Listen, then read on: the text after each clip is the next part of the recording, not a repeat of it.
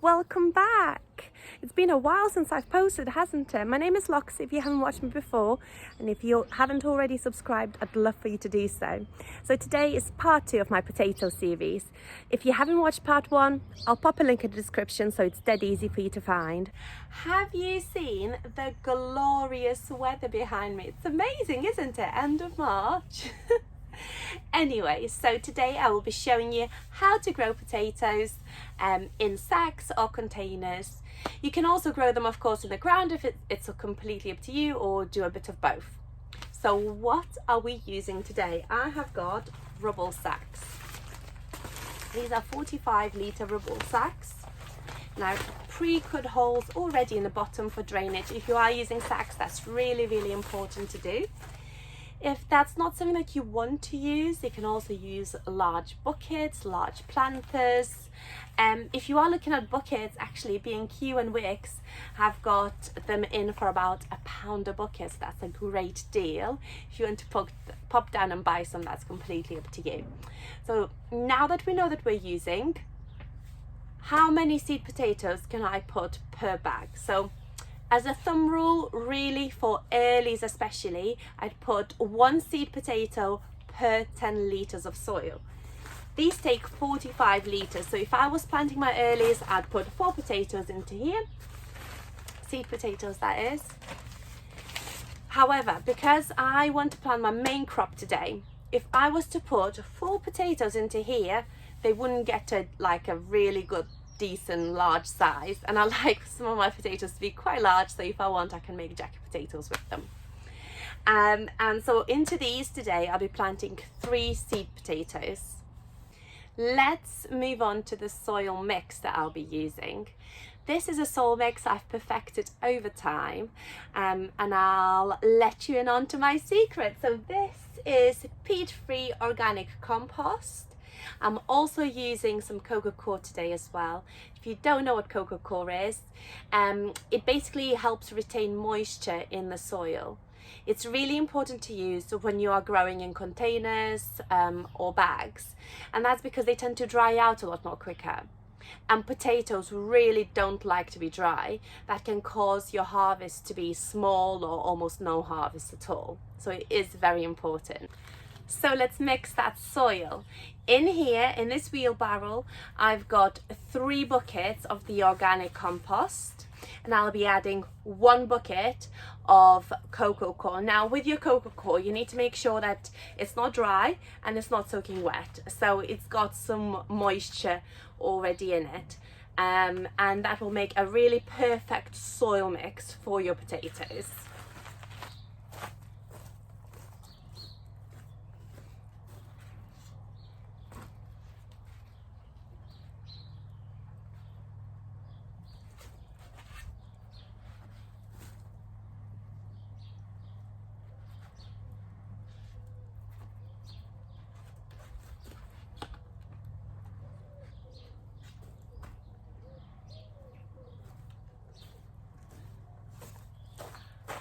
I'll also be adding some of the organic potato fertilizer and some of the fish blood and bone. So we'll do that now.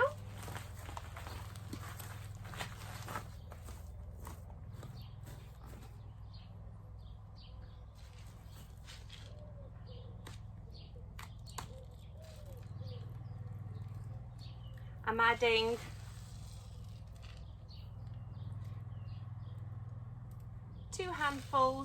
small handfuls of the potato fertilizer,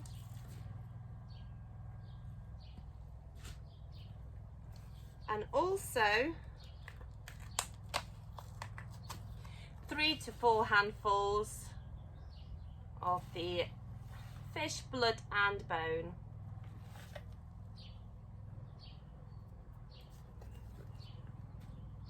And we mix.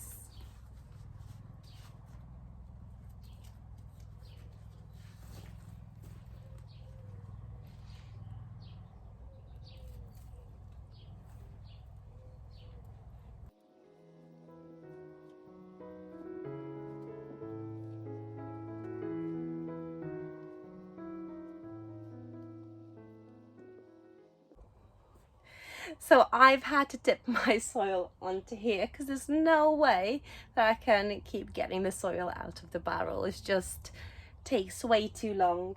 And I just wanted to show you guys some of the seed potatoes that we cut in the last video. There you are. It's formed really nice hard skin onto the bits that we've cut. You can see the lovely shoots coming from the top. So I'll be planting them today. So let's have a look.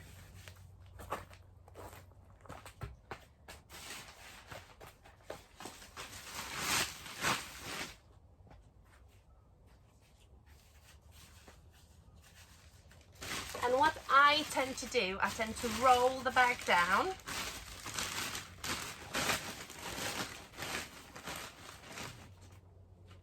And add about 3 to 4 inches of compost or your soil mix onto the bottom.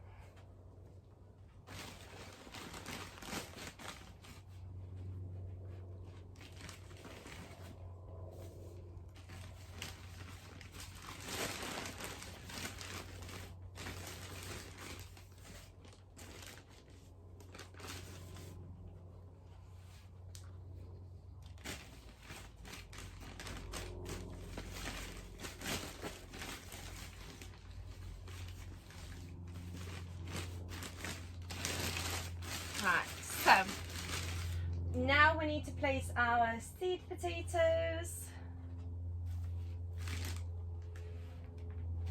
You have to place them with the shoots pointing up. And like I said, because this is my main crop, I'm only planting 3 per did I lose a potato? That's it. 3 per bag. I've had to take a break and I've had to move my camera because it overheated in the sun over there. It's so hot in here, it's unbelievable. So let's pick up where we left off. We've got our potatoes in place, so we just need to top them up with soil. And this is where you have 2 options. Option number 1, you can top them up with 3 to 4 inches of soil and then man them up as the shoots come through the soil.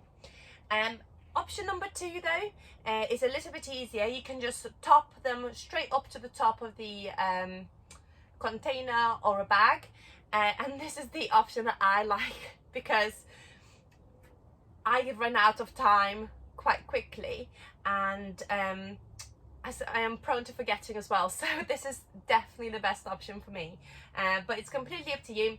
You can do whichever one you want.